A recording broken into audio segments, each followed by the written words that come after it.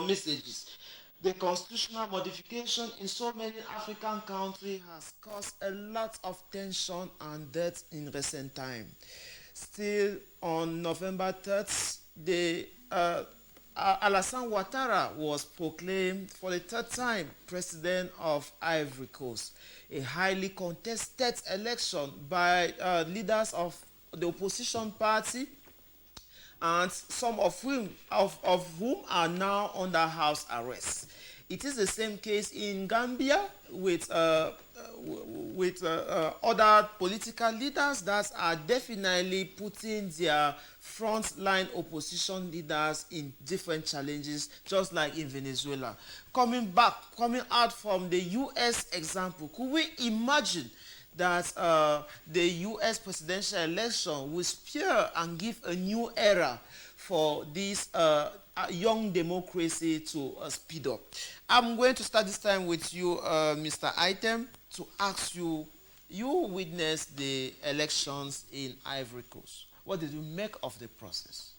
The election in Ivory Coast, the way Ouattara started playing the game, immediately his successor, as he puts it, his next of kin, died.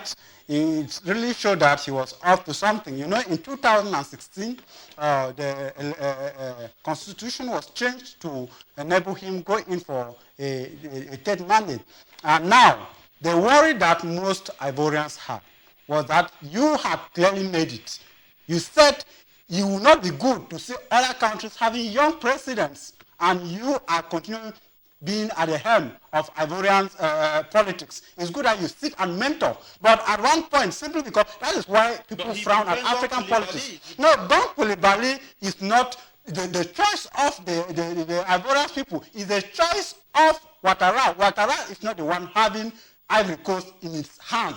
That is why people frown at African politics. You don't think that you can dictate on the whole nation with millions of citizens who have their interest. It doesn't mean that it's no longer politics. We should call it we should call it a kingdom where you can remain there and be deciding whatever you want. Let me tell you, Ouattara has a long been preparing the groundwork for his state mandate. And that is why most of the candidacies of strong opposition parties were rejected. Why? Because he feared the saga that happened during the time that he took over power. And now, the problem is either he loved, Ivorians like it or not, the manner in which people candidatures were being rejected. Come to think of it, the people who contested with Ouattara were not people that had the stamina to fight against Ouattara. Beze, for example, has been president in Ivory Coast. You cannot say that he does not have the stamina. Pastor Afingesan was his prime minister before resigning and taking the path with opposition. And these at least are two heavy hands that though they did not call their militants to the polls, but they advocated for boycott. No, irrespective of the fact that I have painted a good picture about this opposition party, even in our country, Cameroon, we have opposition parties that you might feel that they are opposition parties, but they are a coalition to the incumbent. So in so doing, you can look at them and you see how they are being projected. Let me tell you, African politics at one point, there are presidents who project opposition parties simply because they want them to. For example, if you take CROM and the SDF, you have realized that there are loggerheads as to who would be the most highly respected opposition party within the nation. And so far, CRM, even though they are at front, but the country still recognizes SDF as being the highest opposition party because of their representation in parliament and whatsoever, and because of the archaic measures put in place by CRM that is forbidding them from going forward. Now, if you take that into consideration, you realize that Ouattara has indirectly brought some figures to align them as opposition parties, whereas he's just been going to campaign alone because the way in which Ouattara has been ruling Ivory Coast, there was no reason for Ouattara to move ahead. I even saw what happened in Mali happening in Ivory Coast. It's simply because the way the election has been coordinated. There have been a heavy presence of international bodies and whatsoever to ensure that there is serenity. After you, Mr. Item, can we talk about building successor? Why is it so difficult in Africa? One of Biya's problems is already diagnosed by some of his militants that he might likely not have successor after his mandate. But the case of Ivory Coast, we are still there. Ouattara actually prepared Ngon Coulibaly, but unfortunately he died. Mr. Pope. In the case of African, preparing a successor has never been a problem. People have prepared a successor. Aidjo prepared Mr. Biya. And when it comes difficult for Mr. Biya to prepare another successor, I don't see it as a general phenomenon that will apply to the whole of Africa. I have always said Francophonized African countries are a hindrance to African policy, to African representation, to Africa at large. You see, these are countries. I want to just say to my moderator, 5 countries with their political lives in Africa. Take, for example, Ivory Coast, Gambia, and Cameroon, vice versa, Nigeria and Ghana. You see, their last election have this percentage of vote to their major opposition parties. In Ivory Coast, as we all heard, it is 96% for the incumbent. In Gambia, it was 82% for the incumbent, and in Cameroon, it is 71%. While in countries like Nigeria and other English-speaking countries, which they have some iotas of true politics and love for their citizens, and they respect their constitution, they don't go for constitutional reform for private interests. This is what we should try to kick out of African democracy policies. You see, in Nigeria, President Buhari won his last election with 56%, which is to tell you that this is a country where democracy is being practiced. And in Ghana... It's the same country that saw the NSAR protests. No, there's NSAR process. When you look at the manner in which it was handled, if you mirror it to Cameroon, it was a call from the consortium headed by Agobala that we want some institutional reforms, and it was mishandled. And you see, to tell you that this, as I earlier said, that Francophone in French-speaking countries have a problem. That will be a topic for another day. No, Mr. Moderator, you have asked a question. I should hit it harder. You see, when the consortium came out with this call, institutional reforms, the way it was mismanaged, I remember at the end of it, messages keep coming, and if you really permit, let's take one message to continue the discussion. Donald Trump thought it was Cameroon constitution where he, please just keep sending the messages, it keeps pouring in, where he could know the votes before time. I am really happy Joe won cause he will set some laws that Trump don't care, since he claimed he knows all. I am Hannah from Boya. Thank you so much. This other one say good evening to you in the studio. I simply think that Donald Trump is wasting time. He like joking over everything, and this might just be another joke. Okay. This other say good evening to you. African politics is just like our education. They put you on high horse, and at the end of the day you feel empty. Well, please try to also sign your messages as you are sending them back home. Yes, Pop. Okay. To end, you say that when you see the way the crisis in these both countries were managed, you see that the NSAR protest was not hijacked. It was tabled, and the president came out to address it. Even though some lives were lost, but the president... 36 ongoing. Yes, ongoing. The president came out at the end of the day to say that, my youth, I have understood your cry, and we are going to get this amended. And he promised doom for the officers who hijacked the who violently violated the citizens, and also promised doom for the other conspicuous or scrupulous citizens who also hijacked the NSAR protest. But to come back to Cameroon to tell you that... We are not yet in Cameroon. We'll be back to you. Dr. Busi, key opposition leaders admit a wave of detention targeting politicians who face terrorism and murder charges over call for civil disobedience. So as we talk, Henri Konabedze and Pascal Afingesa are surely going to be in prison in the days ahead. Let me say that before I go to another country, let me contextualize in Cameroon. It's the same thing Mr. Maurice Kamto has been doing when he declared that he won election in this country, when he went out to demonstrate. No, we are talking about constitutional reforms. Those are issues of constitutional reforms. He was talking about the Electoral Code. It's not part of constitutional reform. No, is it not part of constitutional reform? State that changed, that modified the constitution to stay. I will come there. Permit me land. I will come there, Mr. Moderator. And it's the same funny thing that Mr. Maurice Kamto is the opposition leader in Cameroon, and when the president of America won elections, he went and tweeted. He's tweeting as he's the president of the republic. We must stop all those kind of funny politics in this country. Let me learn now to what you are saying. Looking at the issue of Côte d'Ivoire, permit me talk of the issue of Uganda, because Uganda is facing a lot of same challenges. When you look at President Museveni of Uganda, he has been in power for about 30 years. And that's a country where Bobby Wine was the opposition leader, and he wanted to vying for the position of a president. And can you imagine that his office, they came to his office and destroyed his electoral and political documents? Where is African heading to, Mr. Moderator? And I want to ask, where is transparency? Where is democracy? Bobby Wine's and opposition leaders on the day of election in Uganda, these are the same people who were taken to prison.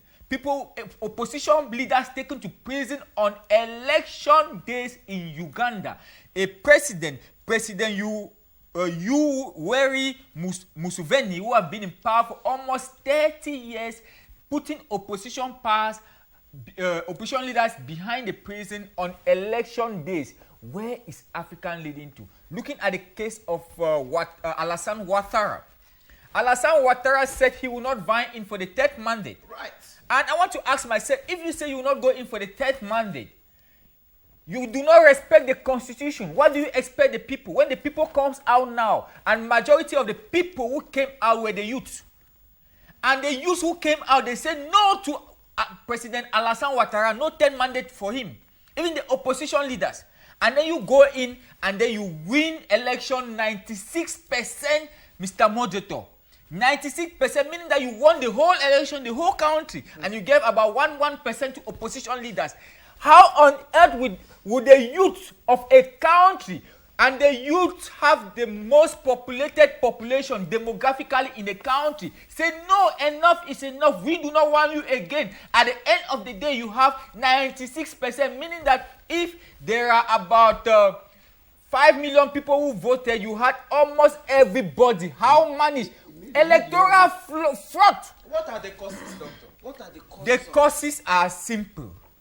And before looking at we'll look at the causes and how we can solve this problem in Africa. And the causes is, let me say, the French colonies. Okay.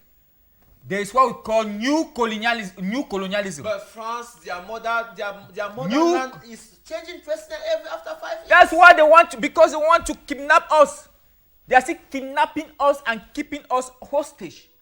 They are saying that they are decolonizing us. They have not decolonized us. What they did with the Arab Spring, the Arabs came out, they fought for their liberation. Permit me, you ask a question. Causes, the issue of new colonialism. Permit me land, sir. I will go back to you, Doctor. What are the other causes? The causes that Doctor was trying to say is, one, defending their colonial masters with the colonial masters. That has been understood. And I said that France already has been changing president. How do they maintain them for 30 years, 38 for the case of Cameroon? Well, in the case of Cameroon, we also have a second cause, which means after you protect a master interest, now you protect your own interest. Secondly, tribal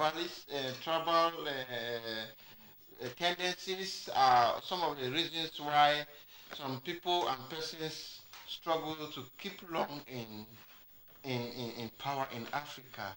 Apart from that, there are so many other causes Mr. Item, let's start looking at the consequences. We have seen some video playing on the stage where lives are claimed, where they use the military men to force to maintain themselves at the helm of power.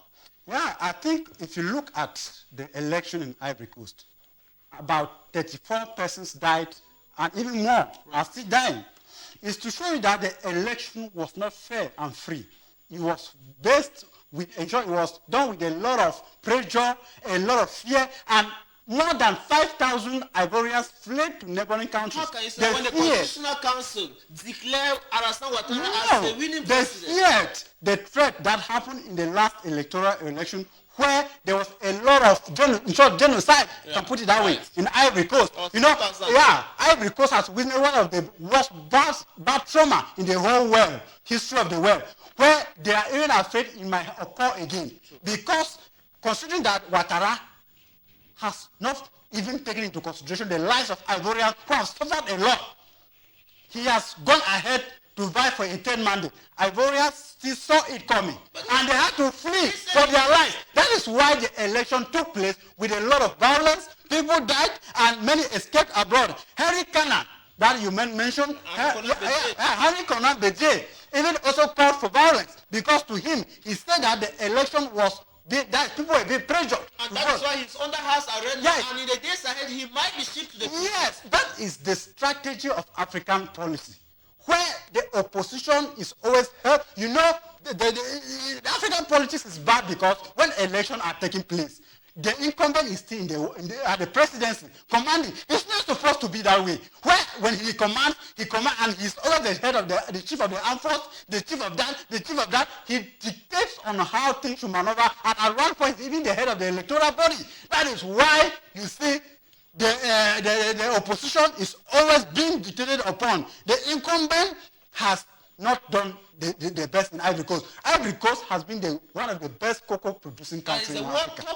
And as we talk, they are dropping. Yes. They are dropping. Should we praise Ouattara for his interest, or should we cry for Ivorians for losing this kind of opportunity? Ouattara is one of the few countries that have brought his country to almost two-digit gross domestic product. Ouattara has done his best. That is why the mere fact that you have taken a country to a particular level does not warrant you to remain there. He said he did not see who to give the power to. No, he is not the person seen. He is not the person seen. Let me correct you, Mr. Moderator. Ouattara is not the person seen who to hand over to. Ivorians are the people who know who they have to hand over power to. And if the earlier Ouattara gets in his brain, the better. Because it is not yet over. It is not yet over. We should pray for Ivory Coast that the drama and the saga that happens along should not happen again. Because as we speak, most Ivorians are still in foreign countries for their safety. After you, Mr. Item, we are moving out of this studio. Dr. Busi, sorry for cutting you that previously. I want to ask you, how do we move out? Because we have talked of the causes and the consequences. What is the way forward for African politics? The way forward for African politics is legacy. Legacy is very, very, very, very important. The issue is that, let's look at what is happening in other countries. You rule for the first mandate, the second mandate, you leave it, another person comes in. That's democracy. Because people will bring in new reforms, new changes to better the country. If you want to talk about election in Africa, it's like our educational system, where they put you on the high horse until you start thinking that change is possible, and after you graduate, there's nothing. When you talk of our educational system, it's because the way we have tailored our educational system, we have tailored it theoretical base. That is why our educational system is not problem solving enough. Going to school and having certification doesn't make you have a job. We need an educational system that builds skills, that builds abilities, potentials in people through hands-on activities, to think critically, to be creative, and bring new ideas to bring change in their society, hands-on activity. We don't have that. We have a kind of going to school and reading literature and reading history, coming out and wanting to it's the same thing with our election, according to do the same thing. So what we are saying here is that we need a system that is open, an open system whereby people could bring in critical ideas, where we respect the constitution, where we have separation of power, where we have when you look at Professor Maurice Kamto is a power monger. because looking at his age, even No, he asking for electoral he's reforms. asking, but he was a person. He's some of the laws in this country. President, the chairman of the MRC made some of the laws in this country, and he's crying foul today because Mr. Maurice Kamto, Professor Maurice Kamto made some of these laws in this country. So he should not cry. He should not cry foul, because if you want change in your country, you have to carve good laws that will shape the country for about 50 years. And I want to tell you that the American laws, when you look at the American system, you see that their laws are not changing. It is the rule of law is there. They have a just changing on daily basis, meaning that you put laws that can fix the country for over a century, for over 50 years. But we don't have that. We do that for our interest. I want to say that Mr. Maurice Kamto should not cry foul. I'm not seeing Mr. Maurice Kamto to bring change in this country even. What we are looking is we need a change where the youth will be engaging in nation building, where the youth will bring in digital ideas to change Cameroon, to change Africa. Africa needs a kind of youthful mindset whereby these youths who are very creative will be able to be involved in, to be engaging. A kind of parliament where there's separation of power, where there are youthful ideas, where you go there, you don't sleep, you think critically, you partake in nation building, you bring good ideas, new reforms, where the executive is not influencing the parliament, and the parliament is not influencing the judiciary, where the judiciary is independent and accountable for issues of the state. Thank you. After you, Dr. Busi, we are moving out of the studio. Bertrand, what is the way forward for African politics? The way forward for African politics is legacy, as they put it. Remember that legacy will hold you responsible for the assignment that was given unto you and how you executed it. And we should also know that in the context of African politics, we should not, our constitution is supreme to all. But Africans look at their head of state as being superior to the constitution until we start having a change of mindset, a brotherlyhood, and be able to know that you are a servant to the nation, to the constitution, not the constitution being a servant to you. African will start having a slight light of change. While we are taking our last bench, if you are watching us on YouTube, please, you can kindly send your last words, or you are watching us from home in your small screen, please do kindly send your last word. We have text some few on here we'll be reading very soon. Kindly send yours so that we can jointly read the few text messages. And to you, Mr. Item, what is the way forward for African politics? You know, African politics and politicians have to know that power is given by the people. Power is not picked from the street or by force, because Africans feel that you can pressurize the masses to put you where you are. It doesn't work that way. The power of karma, it has a way of paying back people. So, and I want to also strike on the issue of independent electoral observation bodies. We should have independent electoral bodies that are neither appointed by the head of state and who are not politics tested. I feel that people who work, for example, in the case of Cameroon at Electoral, should be voted by the whole republic, and then they should never in their life dream of gaining any political position or appointment into the government. They should know that that is where they work for the rest of their life. So that, and then they should know that they have to be given account to the nation yearly, and their resources checked, because some of these people can be taking money from the government, from politicians for interest. So I want to also bring to the knowledge of our viewers that Ouattara got married to a French woman. That might be one of the reasons why the French people are giving him on photon support. It's not cultural stigmatization. No, it's not cultural stigmatization. You know, we long made it clear on this platform that there is a string, there is a hand from France stretched to Ivory Coast that is still maintaining the incumbent. And you can also come back to Cameroon to see that we have a 38-year-old president in power, a 38 years president in power, who have been in power because of the assistance of his colonial masters and the country. His political politics that he's confronted by insecurity and other economic crises. No, you know, whereas politics is concerned, not so. You play the game the way it's supposed to be played, and you work with the people who can play the card well. You know, it's not all about trying to vote. I sorry Africans who move out to the street on a daily basis to vote, because in as long as we don't have independent electoral bodies, we will never reach the promised land of politics. And just a few text messages here. This was a good program to you over there. I really enjoyed the way you guys analyze this, and good uniform. Okay, thank you so much. This is coming from Kalma. Kalma is writing from Malingo. This other one say, good evening to you. I think we are cursed in Africa, and it's only God that can liberate us. This one is coming from John. John is writing from Bonduma. Good evening to you in the studio. My name is Peter Watson. I think I want to bring you back to the U.S. election.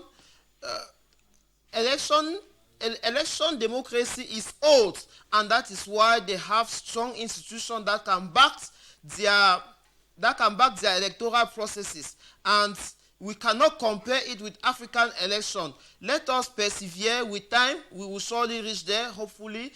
Dear viewers, we cannot take all the message. I think time is not more on our side. No, sorry. Dr. Busi, it was a pleasure having you. Your last word for the viewers? Thank you very much, Mr. Moderator. My last word is that I want to use this opportunity with all humility to call on His Excellency President Paul Biya, the President of the Republic of Cameroon, to look forward for calling an inclusive, genuine dialogue where we can solve the Anglophone crisis. Where this dialogue will be very, very genuine, will be very, very inclusive, where we have the separatist leaders in prison and those abroad, where we can sit together in the round table and talk issues that matter in our country, where peace can reign in our country. Because the common man is suffering on a daily basis. The common man is suffering. There's poverty. There's hard life. People are dying on a daily basis. Young children are dying. The old is dying. Chiefs are dying. Everyone. The pain is too much. So it is high time, Your Excellency President Paul Biya, for you to call for an inclusive dialogue to see that we solve the Anglophone crisis so that peace can reign in our fatherland. Thank you. Just to remind that Dr. Busi is an educationist and he is an applied psychologist from the University of Boya. Thanks so much for being part of the program. After you, Mr. Pope Bertrand, your last words? My last word goes to our lofty viewers who are rising by the day to say that the message came in there saying that Africa is still a young nation, citing the case of America. America, yes, is 350 plus, Africa is 60. Biblical notations and guide says a man shall live 10. That should tell you that Cameroon, if Africa was human, they will only have 10 years to live again on earth. Their African continent, African countries are old enough to handle instead of mishandling things. And to also say that 38 years in President Paul Biya regime, we can also say that some other areas have some white spots and some other areas have some black spots. Life can't be pure all around. So far so good. We want to say good wishes to him for having governed us this far, though as Oliver we have opted and wanted more. Thank you, Mr. Moderator, and to the fellow panel. Indeed, it was a pleasure having you, Pope Bertrand. Just to remind that you are an engineer, a trained engineer from a very serious school, and you equally double as a political analyst. Thanks for being part of this program. Thanks for inviting me, Mr. Jomo Siri, our moderator, and I'm open to other invitations. After you, Mr. Item, we are rounding the program with you. What's your last word? Thank you, Mr. Moderator. I think I will say that in Cameroon, I want to call on the head of state, His Excellency President Paul Biya, to kindly look into the situation in the Northwest and the Southwest. And I want to call on the non-state actors not to be using our children for drama, because our children now are used as drama, where they strip them naked and they run helter-skelter, they cut their head, they do this. In fact, they are using our children for drama. I don't want it to repeat itself again. The president should look upon their citizens with pity and try to like the pastor made it in Kumba, to call for an amicable solution because they know the solution, but they are pretending behind the bars. And I want to also call on Joe Biden to use his conscience as he rules if he's finally pronounced as the president of the United States of America. On the 20th of January, he will be taking office. If he is finally pronounced, and then he should as well ensure that he puts aside racial discrimination, because that has been one of the highest things America is suffering from, where the black race is looked upon with a lot of inferiority complex and are treated inhuman. So if he handles that amicably, he will take America somewhere. And I want to call on the African leaders to know that fame and popularity comes from good works, from doing what you ought to do that to the interest of the general public, not simply for selfish interest. Because African leaders are suffering from what they are suffering because they are doing politics of the stomach. That is why you hear in only few countries in Africa, you can see people praising their president. Why? Because once the manpower, they only look at how to enrich themselves. But I want to tell you, if they do good work like Nelson Mandela did in South Africa and some few other presidents, you will see that they will die and their legacy will remain. Indeed. Just to remind that Mr. Item Armstrong is a jurist. He holds a master's degree in law from the University of Boya and one-time successful candidate at the most prestigious school in Cameroon, Enam, but unfortunately did not make it for the orals. And he's one of those authoritative voices that you can go and follow your concours preparation with, because he has made his proof. I was Eugene Siri, thanking the broadcasting room for the wonderful job headed by Nabila, and behind the camera was Mr. Foso. The program was supervised by our own TV boss, Mr. Nkwan Chamba. And we are giving you an appointment on Wednesday when it shall be 7 p.m. But before then, follow us on YouTube. You just have to type YouTube Box. And to you, faithful viewers that have been watching and sending text messages, we really apologize that we could not take all the messages. They came in their numbers unprecedented, but we promise that during the subsequent edition, we will definitely be coming back to those messages. Take care of yourself. Bye-bye.